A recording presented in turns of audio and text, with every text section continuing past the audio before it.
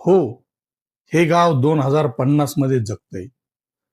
पाणी एटीएम कार्डने, घर सौर ऊर्जेवर आणि इथली मुले रात्री स्मशानात जाऊन अभ्यास करतात. नमस्कार, मी भागवत सुधाकर पांचाळ आणि तुम्ही पाहत आहात भागवत पांचाळ टॉक्स, जिथे आपण पाहतो ट्रेंडिंग, व्हायरल आणि प्रेरणादायी गोष्टी.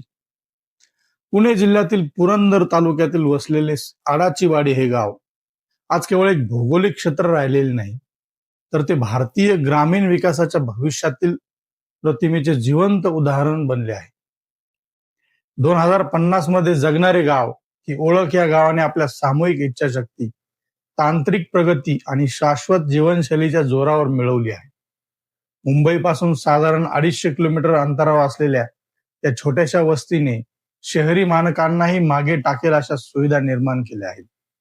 साधारण 1500 लोकसंख्या आणि 179 कुटुंबांचे हे गाव आज महाराष्ट्रातील आणि पर्यायाने भारतामधील स्मार्ट व्हिलेज चळवळीचा केंद्रबिंदू ठरले.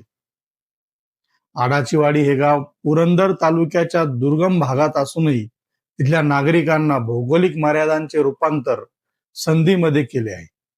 एकेकाळी दुष्काळग्रस्त म्हणून ओळखल्या जाणाऱ्या या भागाने आज जलसंधारण आणि आधुनिक शेतीच्या जोरावर आपली अर्थव्यवस्था मजबूत केली.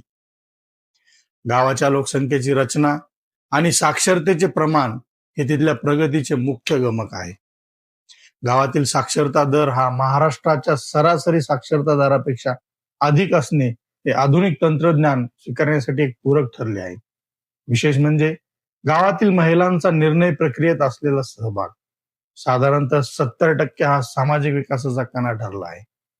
आडाचीवाडीला 2050 मधील गाव बनवणारा सर्वात महत्वाचा घटक म्हणजे तिथली सौर ऊर्जा प्रणाली. हे गाव लवकरच 100% सौर ऊर्जेवर चालणारे महाराष्ट्रातील पहिले गाव होण्याच्या मार्गावर आहे. केवळ पथदिवेच नव्हे, तर प्रत्येक घर आणि सार्वजनिक सुविधा सौर ऊर्जेने सज्ज करण्यात आल्या आहेत. मार्च 2026 पर्यंत गावातील सर्व 179 घरे सौर ऊर्जेने प्रकाशमान करण्याचे उद्दिष्ट ग्रामपंचायतीने ठेवले आहे. या प्रकल्पाचे आर्थिक नियोजन हे लोकसहभाग आणि सरकारी अनुदानाचा एक उत्कृष्ट नमुना आहे. 1 किलोवॅट क्षमतेच्या सौर यंत्रणेसाठी साधारण 60,000 रुपये खर्च येतो. यातील 50% रक्कम म्हणजे 30,000 रुपये प्रत्येकी कुटुंबाने स्वतःहून दिले आहेत, तर उर्वरित रक्कम सरकारी अनुदानातून पूर्ण करण्यात आली. आडाचीवाडीने पिण्याच्या पाण्याचा प्रश्न सोडवण्यासाठी तंत्रज्ञानाचा वापर अत्यंत कल्पकतेने केला. गावात 130 वर्ष जुनी विहीर असून तिचे पाणी आधुनिक शुद्धीकरण यंत्रणेद्वारे गावकऱ्यांना पुरवले जाते. गावात पाण्याचा अपव्यय टाळण्यासाठी स्मार्ट वॉटर सिस्टम कार्ड प्रणाली लागू करण्यात आली. प्रत्येक कुटुंबाकडे एक स्मार्ट कार्ड असते, जे एटीएम मशीन प्रमाणे कार्य करते. हे कार्ड मशीनवर टॅप केल्यानंतर 1 रुपयामध्ये 5 लिटर शुद्ध पाणी मिळते. पाण्यासाठी अत्यल्प का होईना, पण किंमत मोजावी लागत असल्याने नागरिक पाण्याचा वापर अत्यंत काटकसरीने करतात. यातून जमा होणारा निधी शुद्धीकरण यंत्रणेच्या देखभालीसाठी वापरला जातो, ज्यामुळे ही यंत्रणा कोणावरही अवलंबून न राहता स्वयंपूर्ण झाली. दुष्काळग्रस्त पार्श्वभूमी असूनही आडाचीवाडी आज इतकी सक्षम झाली आहे की ते शेजारच्या गावांना दररोज 75,000 लिटर पर्यंत पाणी पुरवू शकतात. ही क्षमता जलयुक्त शिवार आणि अभियान आणि लोकसहभागातून केलेल्या जलसंधारण कामामुळे निर्माण झाली. आडाचीवाडीची शाळा ही कोणत्याही शहरातील हायटेक शाळेला टक्कर देणारी आहे. शिक्षणात तंत्रज्ञानाचा अंतर्भाव करून गावाने ग्रामीण विद्यार्थ्यांसाठी संधीची नवी दारे उघडली आहेत. गावातील शाळेत प्रत्येक वर्गात डिजिटल शिक्षण प्रणाली असून विद्यार्थ्याकडे अभ्यासासाठी टॅबलेट्स आणि स्मार्ट वॉचेस आहेत. याशिवाय ग्रामपंचायतीने एक वातानुकूलित एसी, अभ्यासिका आणि ई लायब्ररी उभारली आहे, जिथे स्पर्धा परीक्षांचा अभ्यास करणाऱ्या तरुणांना 24 तास वायफाय आणि शांत वातावरणाची सुविधा मिळते.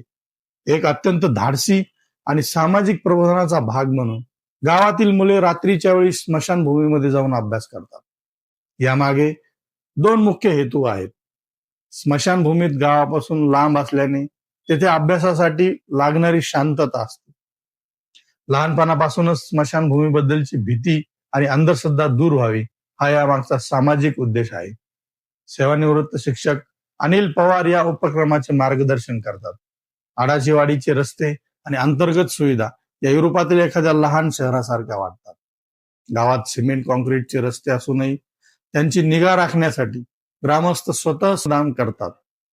आड्याची वाडीने हे सिद्ध केले आहे की जर नेतृत्वाला लोकसहभागाची साथ मिळाली तर एखादे छोटेसे खेडेही संपूर्ण देशासाठी विकासाचा दीपस्तंभ बनू शकते.